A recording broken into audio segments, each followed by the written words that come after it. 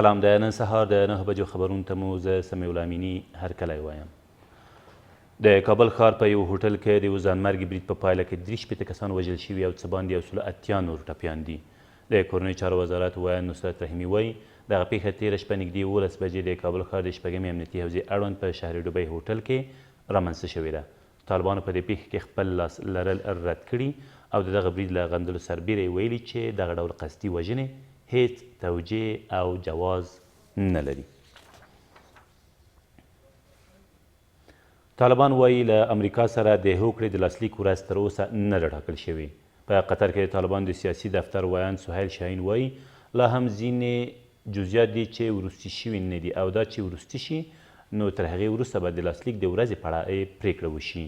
د نوموړي په باور په دې هوکړې سره به یو ځل بیا افغانستان ته په واقعي معنا خپلواکي اعاده شي چې ټول ولس به پرې ویاړي.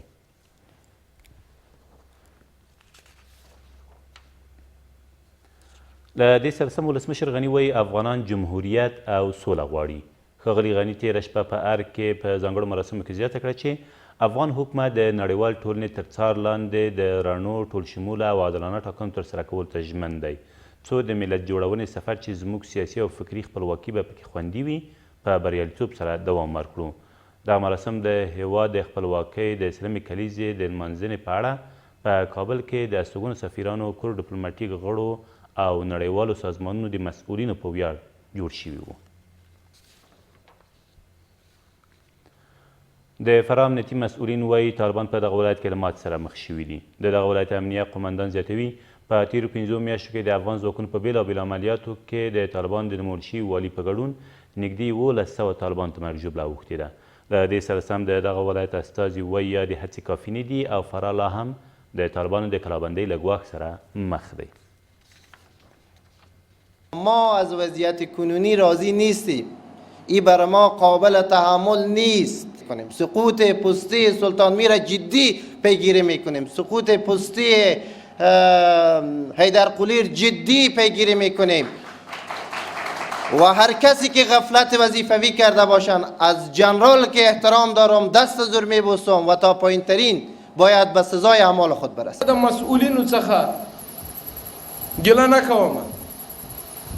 زه و فرایانو ته دا وایم چې فراه د وطن ساتنه د ناموس ساتنه ده. موږ ولې خپل د وطن دفاع نه کوو؟ څه سوي دي؟ 10520 حرکت رسمی از قبیل گزمه کنترل چک پوینت رفع دفاتر و حمایت و کمین اجرا نمود.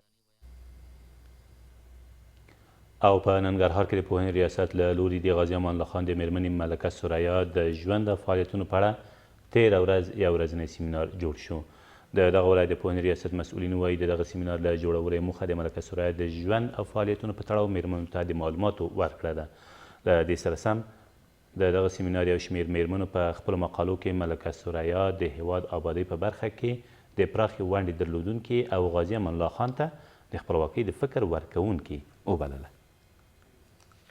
امیر امان الله خان ته د ازادۍ روحیه چې ورکړله خپله ملکه سریا وه. ملکه سریا واقعا چې یوه میرمنه وه چې 100 کاله پخوا یې د خپل د وطن دغه احساس د ملي حاکمیت او ازادۍ احساس ورسره وه چې شاه امان الله خان ته یې د خپل د کورنۍ پورته کولو په وخت کې دا غوښتنه وکړه چې باید افغانستان یو خپلواک آزاد هیواد دی او همیشه پکې باید آزاده اوسي. د ملکه سریا د ژوند او خدمتونو په اړه لومړی ځل داسې یو سیمینار دایریږي چې هلته پکې بحث کیږي او مقالې وړاندې کیږي. دا تر دې مهاله وروستي خبرونه، تر بیا مو الله امد.